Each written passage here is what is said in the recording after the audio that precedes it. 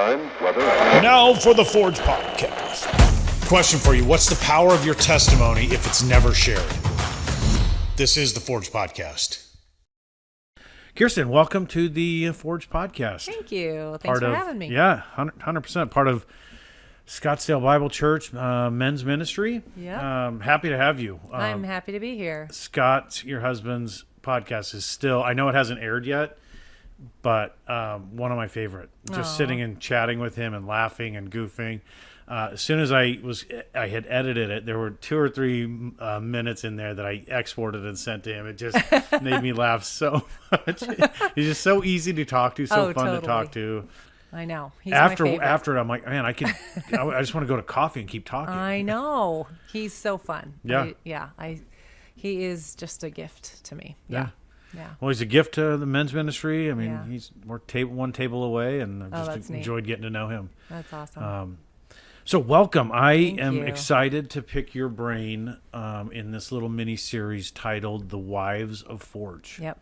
Yeah. And hear the testimony of what the Forge has meant to you, to your relationship, your marriage, your kids, your family, and as Steve Heller says, the generations that we'll never get to meet, but we're going to have an impact on. Yeah, So, absolutely. I guess introduce yourself. Sure. Tell us what you do here at the church, and then tell me about the Forge and Scott. Okay. Well, my name's Kirsten Snary. I'm the minister to women here at the Shea campus and the team lead for women's ministry across the other campuses. And I started on staff in the fall of 23. And so right at the beginning of the ministry year, right at lunchtime, and my husband, we had been going to another church for many years, and he was very involved, knew all the men there, led a Bible study. And so it was hard for him to jump in right away at a larger church. And so he tried, he went to Forge one time with a buddy, and they ended up just sitting and talking the whole time. So they didn't really jump into a table. Then he went another time. And actually, one time he just felt the Lord telling him, I just need to go. I'll just go by myself. He had tried to get a bunch of other guys to go. He showed up and he ran into Steve. And that's another story because we knew Steve from our old church. Right. And so he got connected and started hearing men talk around the table and go deep and actually share, what's really going on. And they weren't just faking it. Right. And he hates faking it. And so he came home so encouraged, and I was so encouraged. And so ever since then, he has been going to Forge. And I don't think he would go if it was just a bunch of guys getting together and acting like everything was totally fine. Right. I don't think he would like that. He likes it when people are truly just being authentic. Well, just because you echoed exactly the clip that I took from him. Really? Here, so just watch this. I hit play. Hold on, let's make sure. That is so funny.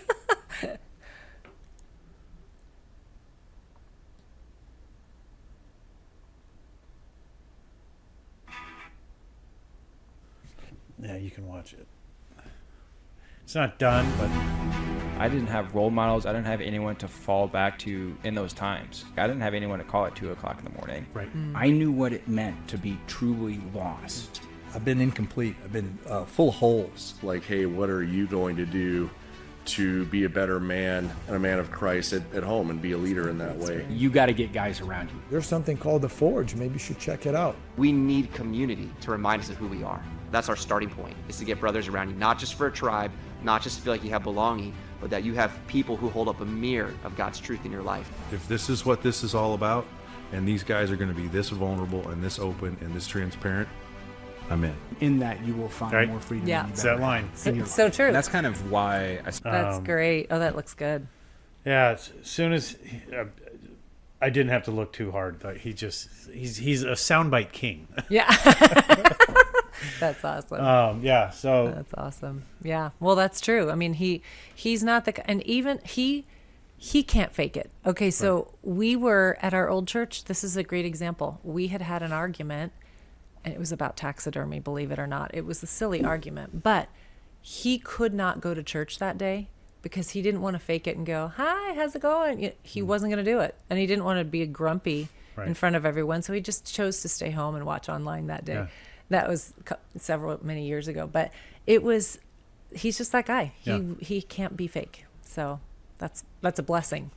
It's a blessing for me. So what's Forge meant? I mean, it's been now 2.5 years. It's been about 2 years now that he's been involved. Probably about 1.5 years, really, because we had gotten involved in a small group first, and then he started. It's probably been just over a year and a half that he's been involved in it now.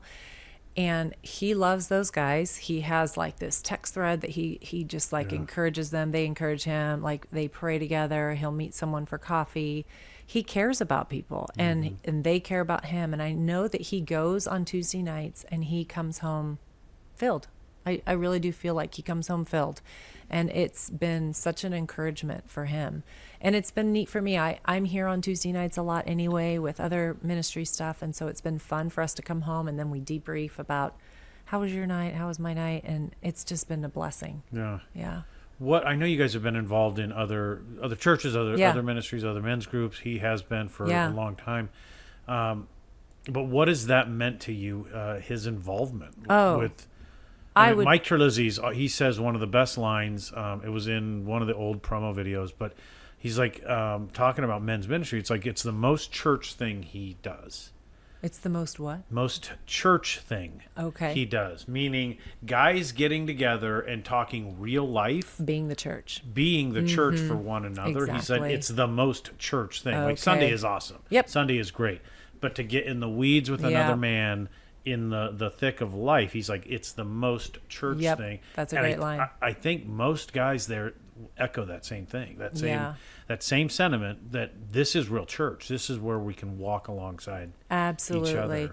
I would always encourage him to go to a retreat, to go to Forge, to go to anything he can, because he's a better husband. He's a better father. He's a better friend when he goes to those things. And so I'm always... How does that play out? Like what is... Meaning he comes home what does he glean from it? What does he take from it? What does he tell you? I think he has learned, well, first of all, because of the way he's wired, he likes to talk and talk deep, and it just feeds his soul to have people talk about, have those deep conversations of the Lord and not just have fluffy conversation. He wants to go deep. And so when he has that, it encourages him, it challenges him, it makes him think differently about the way he does his work. It makes him think differently about how he spends his time. It makes him think differently on everything. And it helps him to remember to die to self, and it inspires him to just be a better man of God, to be to look more like Jesus. Do you have any examples of maybe he's fallen off and hasn't gone? Biggest thing I see in him when he is more consistent in going to Forge is his attitude. Yeah. He feels deeply, so he can be very passionate about things, and he can be a little bit more on the grumpy side if he's not in God's word, in community with other men. Mm-hmm. And so he is just a better person when he's in community and in God's word. And what I see him do with me is I see him leading prayer more, or caring for my heart more. Like something that I'm wanting to do that he might not really want to do, he is more willing to do those things, and vice versa. We both just tend to, our marriage just clicks better. Yeah. Yeah. How long has he been leading a table? It's been a little over a year, probably a year and a half. And then he led a Bible study at our old church for a long time. But yeah, he just, he's gotten this group. He's had to meet with people offline. Sometimes there's been some issues, some guys have had some things blow up, and he just really, they've all come around each other and really encouraged each other and prayed for each other. And a couple guys went to Tacoma. And so yeah, he's had a really neat experience with those guys. So from your seat at the church, what do you see are some of the, I'm going to ask you the same question I asked about the women's ministry. Okay. What are some of the great strengths for the men's ministry, and where do you think improvement needs? And do you have solutions? Do you have thoughts? Do you have suggestions? I don't have solutions. I feel like women's ministry is so complex, and we have so many different aspects of it, and different classes, and different something for everybody, it seems like. Right. I love the simplicity of Forge. It's Tuesday night, everybody show up. That's awesome. Right. I think, so that's a plus. I think anybody can go at any time. You never have a week, it seems like, that men can't just find a way to get connected. Right. I love that about men's ministry. I have heard from a couple men that it would be great to have opportunities for some classes like we offer sometimes. But then again, there aren't as many opportunities time-wise maybe, but I think we do a great job of some classes, like really studying deeply in God's Word, or having some top-notch teachers. I think you guys have the shorter talks in the beginning, and I think sometimes our Bible studies can be a good hour of teaching, and then table time Right. around that and studying deeper into God's Word. So I think that would maybe be something, but I don't know. As you guys may have that in other opportunities, but I was telling my husband about some of the classes that we were doing, and he was like, "Gosh, I would love to go to a class like that." So I see that as maybe a whole, but I mean, you guys do the Forge so well. You're sticking in your lane and doing it, just killing it, knocking it out of the park, that I don't know if you want to change anything up. What my question, there are how many people would you say there are in SBC altogether throughout all the campuses? 10,000? 10,000 probably, yeah. And we have 500 max that attend Forge Across all campuses campuses. wide. Okay. That's awesome, but Yeah. it's still, I think, There's room to grow. there's room to grow for Yeah. sure. And so I wonder if a lot of times, I first started this podcast, I would ask a few guys, because I've heard this a lot, that the Forge is considered a hospital. Okay. Even though a church is a hospital, Yeah. like a spiritual hospital, within the hospital there's another hospital, and Okay. it's a place where guys go to get healed, and it's a great place to go and get Yeah. healed and get spoken into and prayed over and all that. Right. But it's more than that. I mean, but from the people that I've heard, and this isn't a ton, but it's some people that are, how do you say this? I've heard it enough to where there's a stigma about it, that maybe some of the people that aren't coming, from people that come on Sunday, Okay. have this stigma that, oh, I don't need that. I'm doing okay. My marriage is doing okay right now. We're great. We're going along. I don't need that. Well, and I would say that's probably for Scott too. He's doing okay. He doesn't have anything blowing up right now, but he loves to be in community, and I think we're called to be in community, and I think that's the way God has created us. And so, yes, it's a hospital for some, but there are also doctors, nurses, and all interns and all sorts of people in a hospital. So we have, it's a place to use your gifts too, and encourage and be able to come alongside other people. My too. question: how do we get the word out to the people that, like Scott? Yeah. That they don't need to come have surgery. That's true. This is a great place to just come and be in community and learn a little bit more about leadership, and then discipleship, and how do we bridge the gap from the 300 at Good Shea question. to the 7,000, another 3,000 that are in the worship center on Sunday that aren't coming? It's like, get rid of the stigma and for true growth. This all started from the comment about what Scott said about all the classes you guys offer. That maybe some people are like, oh, I would like to do classes. I don't need to go to the Forge Hospital. Good question. I think there's also a stigma about men that my husband talks to a lot of men who don't have any friends, who don't have anyone. They don't know anyone. Yeah, he'll meet someone in the welcome tent, or he'll meet someone at Forge, and they don't really have anyone they don't have those 2 a.m. friends. They don't have anyone. And I think It's a good line, huh? I know it 2 is. 2 a.m. friends. 2 a.m. friends. But I think there's a stigma about men that they can be lone rangers, and I don't think that's true. And I think somehow we need to get that point across to the men in there that think I'm doing just fine, my marriage is just fine, when maybe they don't have anyone else That's in their so life. good. I've talked about that so much from this seat that we think in our makeup as men, we think it's okay to be, what'd you say, the Lone Ranger? Yeah. I like that. Yeah. The strive, I'll just keep striving, I'll keep Yeah. working, I'll keep doing. And so man, is many that men are deceitful. lonely. Yeah.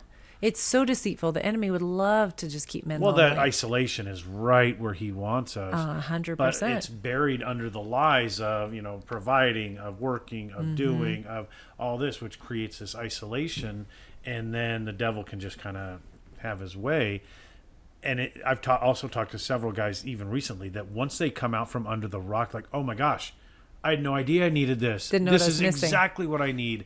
Jason says it in the promos. Like, we are built for community. Absolutely. How do you convey that message? Well, I wonder how many men are truly living an abundant life? Do they really feel like their life is abundant, or are they just getting by? I think there are a lot of people who are good enough, and we've heard this before, good is always the enemy of great. And so there are men who are like, things are good, I'm good.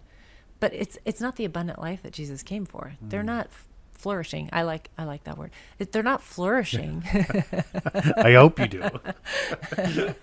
They're not living that abundant life. And so they're just it's mediocre at best. And that's not, Forge is meant for men to come and have true community and grow in their faith, first of all. And when you grow in your faith, everything is different, including your relationships. I had a conversation with a woman today, and she was talking about, she's a fairly new believer, and she's like, I have had deeper conversations in this last year of coming to Christ than I ever have. And it's so incredible. true. Your relationships you have with non-believers, they can be good conversations, but there's not the same depth of conversation as when Christ is involved. So, yeah, just Jesus brings you to a totally different level in your friendships. And so I just feel for men who are missing out on the deep friendships that they can have. Where my heart breaks is in the blindness that you cannot see that you're not good. Yeah. When you're not good, you think everything's okay. Somehow we've been. Yeah.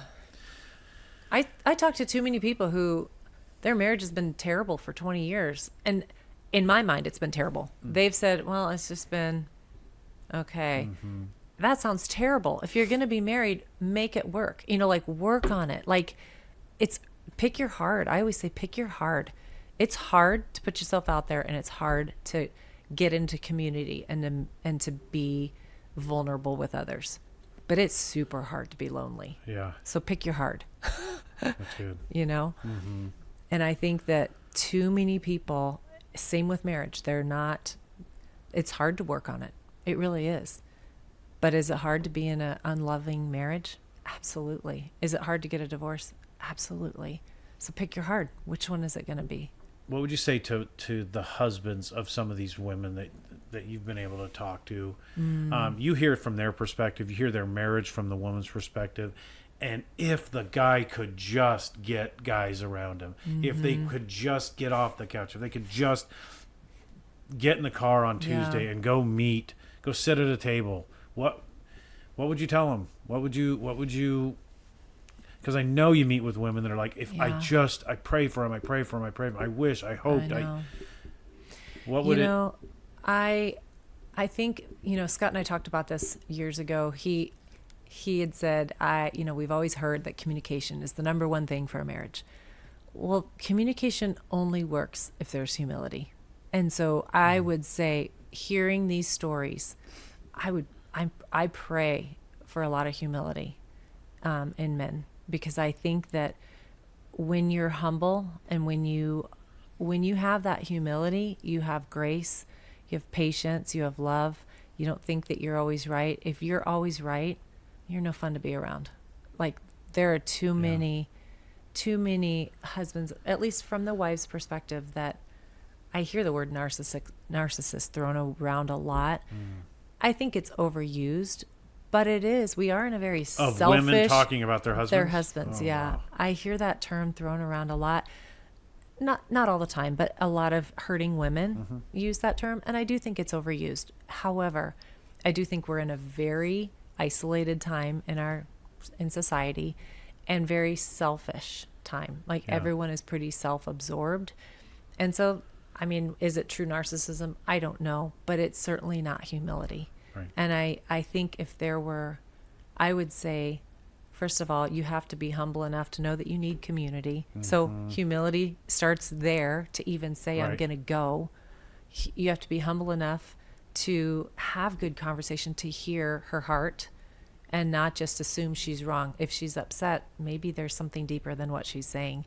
You know, you have to have humility for a lot of that. And I Yeah. guess we all need that. We all need to pray for humility, but I would say it starts with humility to even go sometimes, to even put yourself out there. Yeah.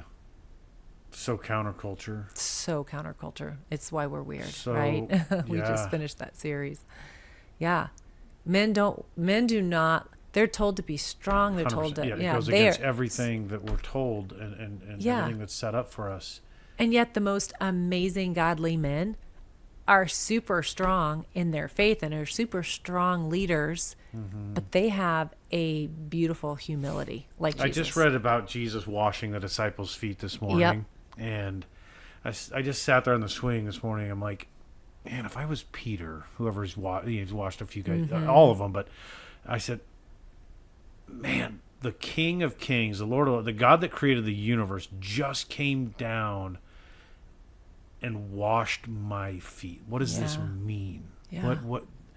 I know they didn't necessarily see it that they didn't have our perspective yet. 100% yet, but and Jesus is like, you don't understand this now, but you will. You'll come back to this. Come back to this. And I mean, it's that humility. It's that willing to serve. It's servant leadership, and I think that's the strongest. That's leading your family. And that's yes. spiritually leading your family. And that's is what's servant beautiful about coming leadership. together with men at the Forge is understanding transparency, understanding humility. When you see one guy become humble himself and be transparent, it's like, oh, okay, that I don't think any less of him. I actually think more of him. Yep. And then this guy does. It's like, wait, this is counter to what I'm taught, that I should think of him as less, as not as strong. But I'm like, no, I think more of him. Yep. How is that possible? Yep. That I could think more of somebody that humbles himself, admits that he's sinning in this area or this area, or he's struggling with this, but it does. That's the way God works. And then you're like, wait, what if I applied that to me? Totally. Yeah. You'd see your life start to change. Yeah.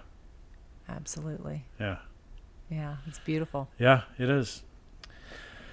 Well, I've enjoyed this, man. We talked for an hour and just kind of. Yeah. Gosh, that's great. If you could tell a man, let's say I'm the husband of a lady that you've been talking to, if you could say to me, hey, your wife, how would you walk me through humility after listening to what she's saying and narcissism and all this stuff? And then you get that one moment. You probably don't, but I probably don't. Yeah, I but did get if one. you one could, time. and what would you say to me who can't get it through my thick head that I need to humble myself?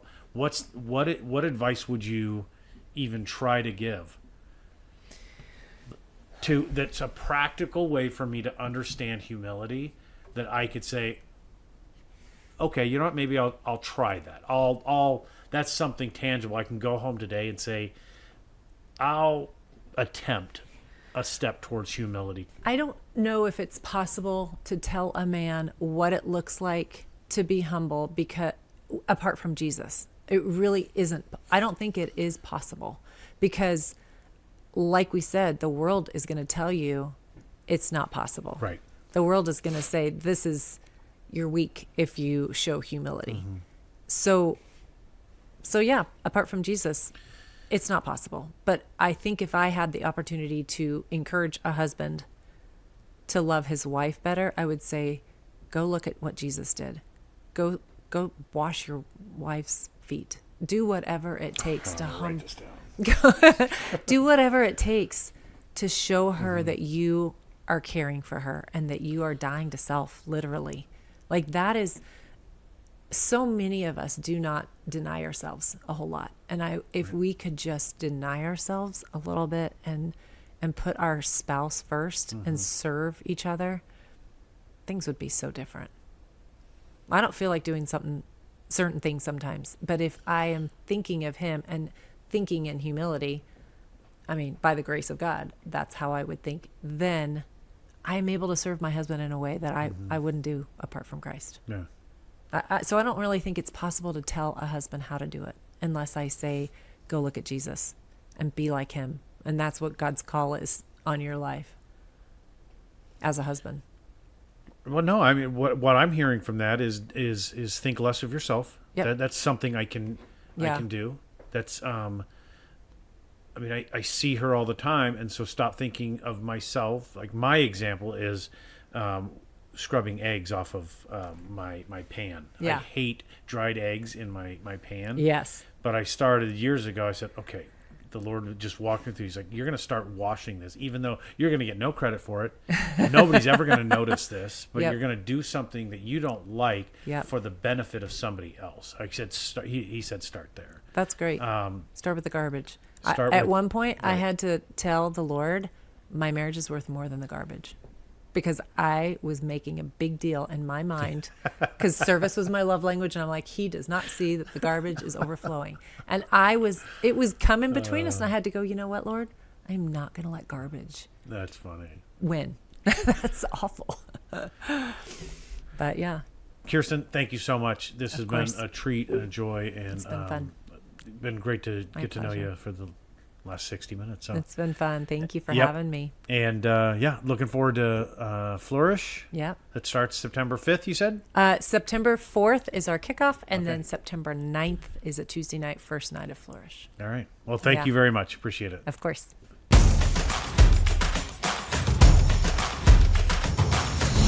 Thank you for listening to the Forge Podcast.